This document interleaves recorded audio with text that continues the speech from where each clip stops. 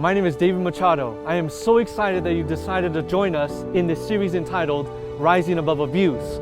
Right now I am standing at the foot of a mountain, and we are going to continue to rise higher and higher throughout the course of this series.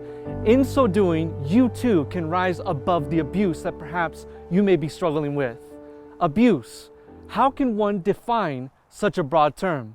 Webster's dictionary gives different definitions, such as corrupt practice or custom, improper or excessive use or treatment, language that condemns or vilifies, usually unjustly, intemperately, and angrily, physical maltreatment.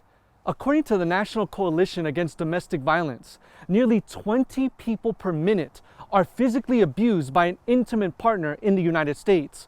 On a typical day, there are more than 20,000 phone calls placed to domestic violence hotlines nationwide.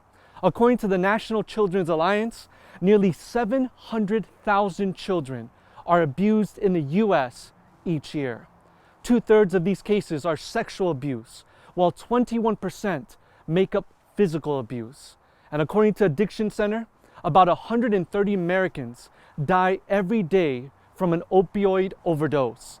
According to the National Center for Drug Abuse Statistics, in 2019, there were 67,839 deaths caused by drug overdose in the United States. These are scary statistics, huh? For sure they are. But what is even more alarming is the unknown number of abused victims that never made it as a statistic. So many people in our world are suffering innocently, and no one knows about it. As a 6-year-old child, I didn't know what to do when I faced life-threatening abuse. I didn't know where to go or who to call. I was living in circumstances outside of my control, and I wanted out. I wanted to rise above it all, but I just didn't know how. I narrowly escaped death several times because of someone's out-of-control drug abuse. When only 8 years old, I was almost abducted right in my own front yard. Another time, there was a thief in our own living room.